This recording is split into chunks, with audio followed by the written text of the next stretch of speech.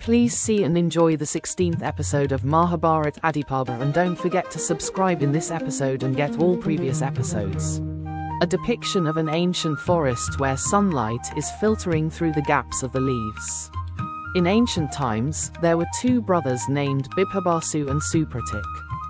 Both of them possessed immense wealth and belonged to the class of sages. In the midst of a deep forest, two hermitages can be seen, where sages reside. Two sages are seen meditating in front of the hermitages.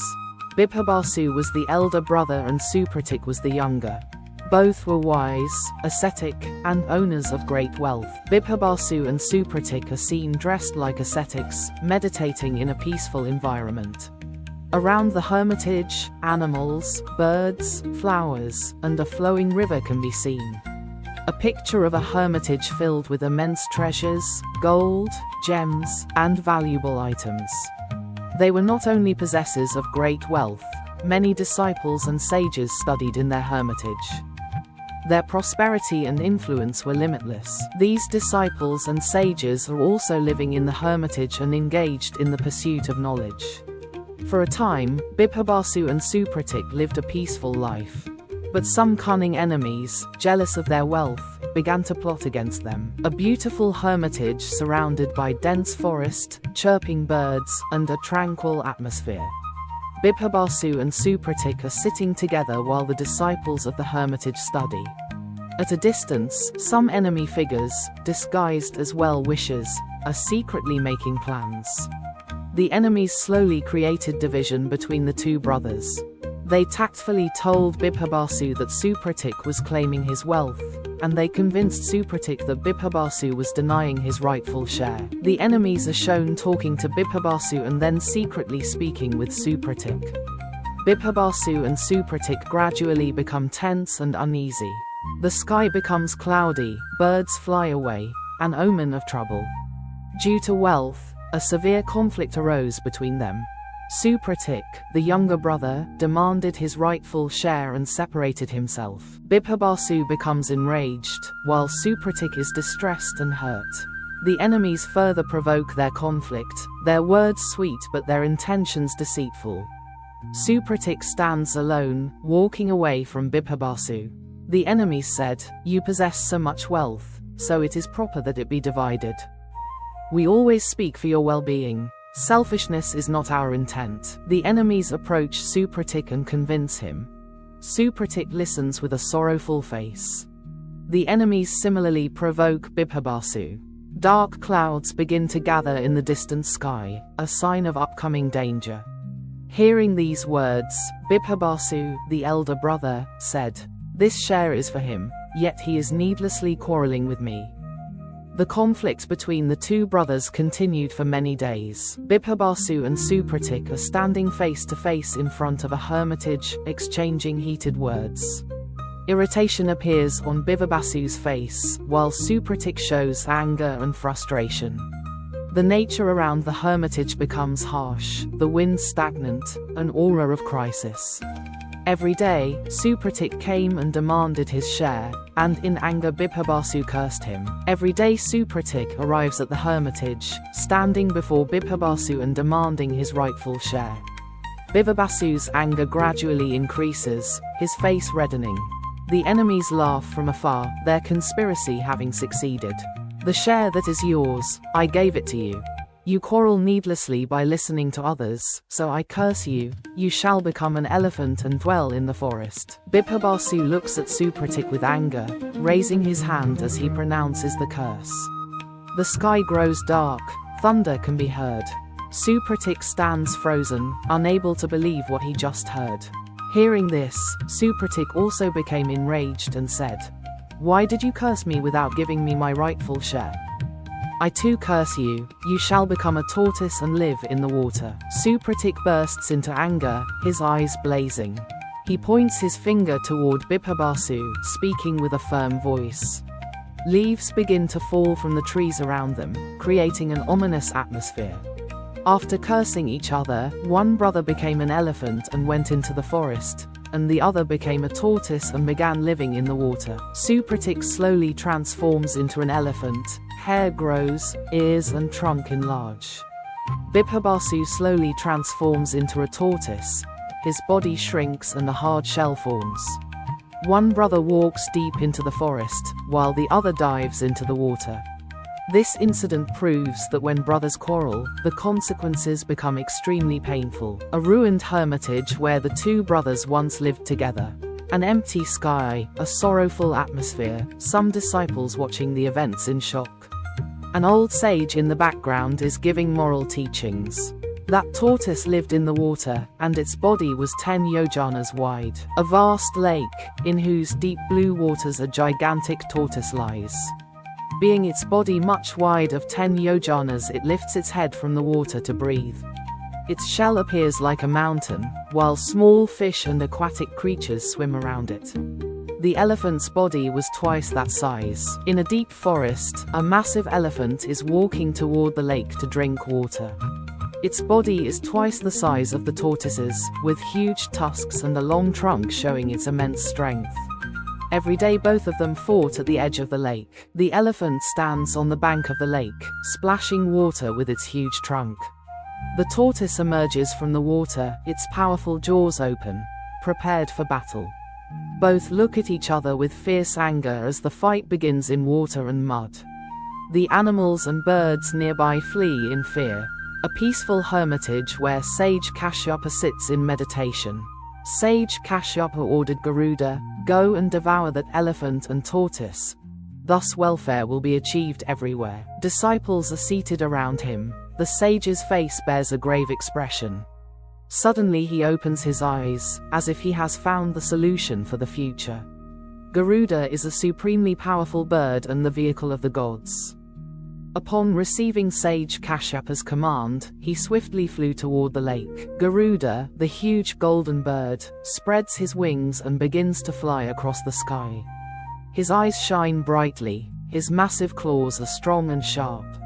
He flies toward the horizon. His destination is the lake.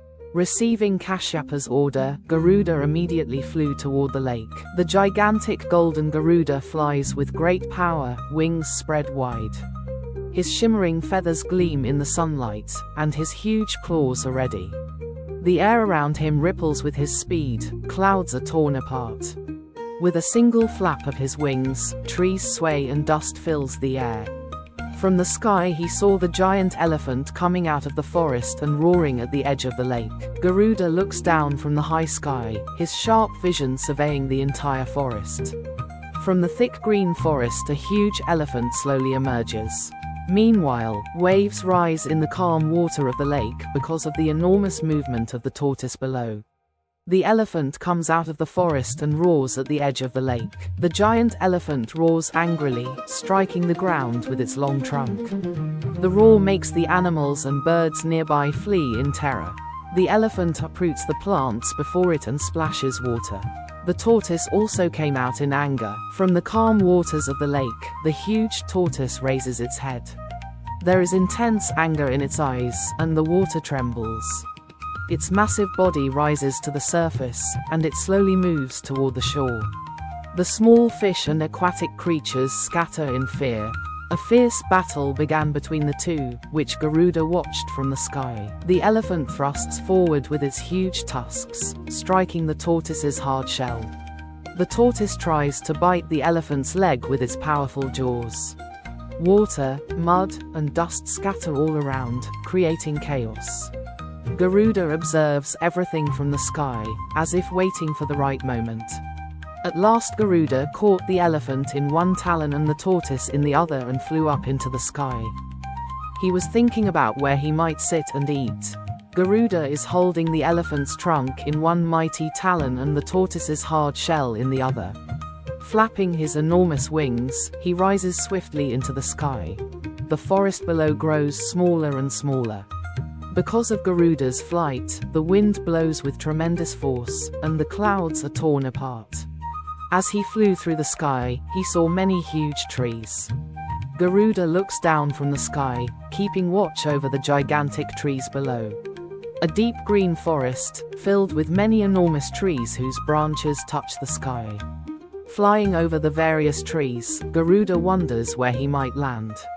There was a tree named Rohini, whose branches spread over 100 yojanas. Garuda saw a huge tree whose branches extended 100 yojanas. The tree is extremely strong and ancient, with thick branches spread across the sky. Its shining green leaves and firm trunk show that it is a very old tree. The tree said to him, "Sit upon this great branch, rest, and take your meal." Garuda observes the branch, and an otherworldly voice emanates from within the tree. The leaves of the tree shimmer, swaying in the breeze. Garuda listens to the tree's words in astonishment. As soon as Garuda sat on the branch as the tree advised, the branch began to break. When Garuda goes to sit on the huge branch, the wind from his wings makes the surrounding small trees sway. The moment he sits on the branch, it trembles and begins to snap. Seeing the enormous branch break, Garuda is stunned, his eyes wide. But he saw that the small-sized sages were performing penance on that very branch. Garuda looks down and sees many tiny sages sitting on the branch in deep meditation. Their eyes are closed, their bodies uplifted, glowing with golden light in the rays of the sun. Fear shows on Garuda's face. He thinks that if the branch falls, the sages will be harmed. Terrified, Garuda held the branch in his mouth so that the sages would not be harmed. Garuda quickly grasps the branch with his beak to prevent any harm to the sages. Holding the huge branch in his mouth, he remains steady in the air, determined that no danger should befall them. A deep sense of duty and reverence shines in his eyes. Garuda flew for a long time with the branch in his mouth. At last he will reach Mount Gandhamadana, where his father, sage Kasyapa, resided. Garuda flies through the sky with the giant branch held in his beak. In the sky, the sun is slowly setting toward the west, and below, the mountains, rivers, and forests are clearly visible. His wings show signs of fatigue, yet he continues flying without rest. Kasyapa said to him, "What are you doing?" "Look, many sages are performing penance on that branch. Do not harm them." Garuda gently descends upon the top of Mount Gandhamadana. The surroundings are sacred, filled with the scent of incense, and sages are seen in meditation. Sage Kasyapa is performing penance, surrounded by rows of deodar and sandalwood trees. Garuda stands before him, still holding the enormous branch in his beak. Kasyapa slowly opens his eyes and looks toward Garuda. Garuda praised the sages, and they, being satisfied, will go to the Himalayas. Seeing the sages, Garuda bows his head with reverence. He carefully balances the weight of the branch so that none of the sages are harmed. The sages remain absorbed in meditation, yet a divine aura radiates from their bodies. Garuda chants a heartfelt hymn to please the sages. The sages depart one by one toward the Himalayas, their path filling the sky with golden light. Garuda sits before his father, asking humbly. Then Garuda asked Kasyapa, "Where shall I place this branch?" Sage Kasyapa sits in a meditative posture, peace reflected in his eyes. He lifts one hand in blessing and with the other draws a line on the ground, thinking. Garuda waits for his answer, still bearing the weight of the branch. Sage Kasyapa closed his eyes and meditated for a while, then slowly gave the answer. Kasyapa said, "Throw it on a mountain where no living being exists." Holy energy was flowing around him like waves. Garuda listened attentively, curiosity shining in his eyes. At the top of Mount Gandhamadana, the sun's rays shimmered against the sky. Silence prevailed all around. Only the sound of wind and the calls of birds could be heard. Garuda obeyed that command and dropped the branch on a desolate mountain. Garuda arrived at the top of a lonely mountain carrying the huge branch. The mountain was deserted, rocky, and devoid of any living creature. Garuda slowly released the branch held in his beak. As the branch fell, the earth trembled violently and dust rose everywhere. Garuda sighed in relief and then looked toward the elephant and the tortoise. After that, he thought about eating the elephant and the tortoise and bringing the nectar.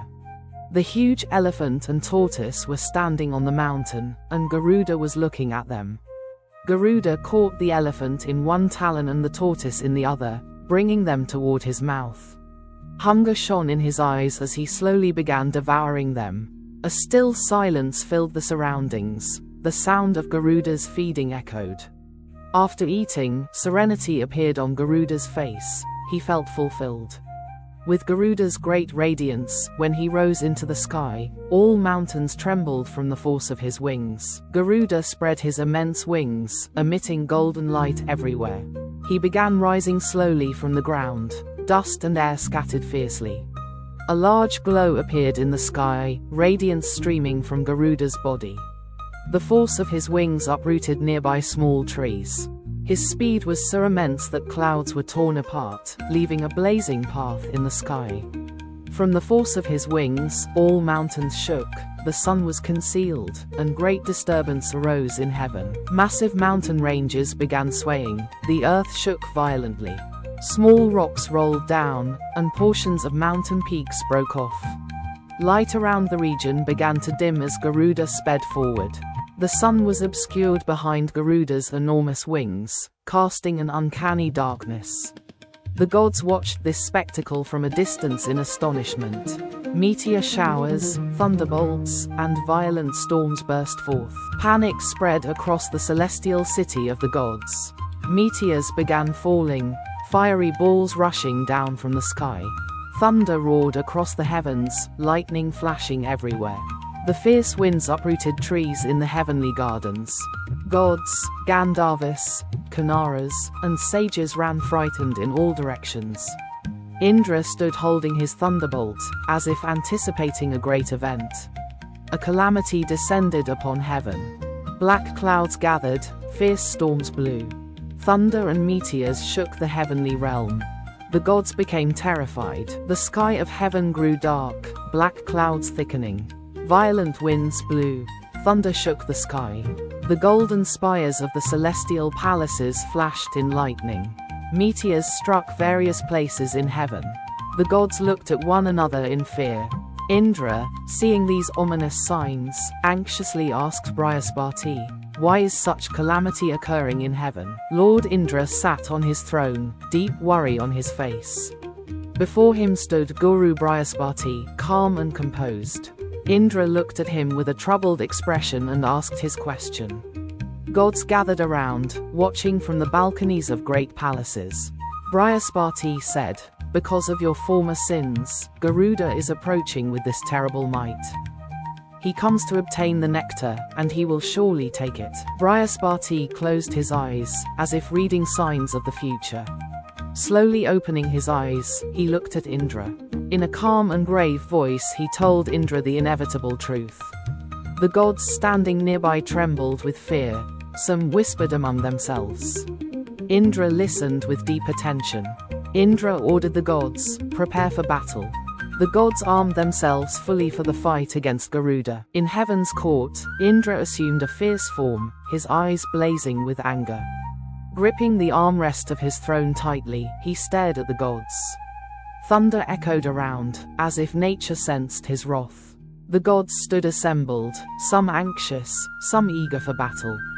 Indra raised his thunderbolt, his voice boomed.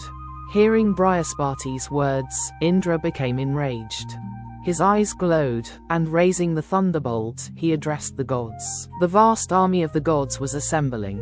Various gods took up their weapons. Agni with his flame, Varuna with his water spear, Yama with his mace, Chandra with his luminous bow. Commander Kartikeya organized the massive army. Preparations went on. The gods gathered outside the royal palace for war. The sky echoed with thunder. War conches blared. This story of the Mahabharata is as precious as nectar. Blessed are those who hear it.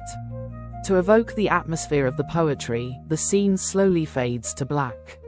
The page of an old manuscript flips, bearing Sanskrit verses.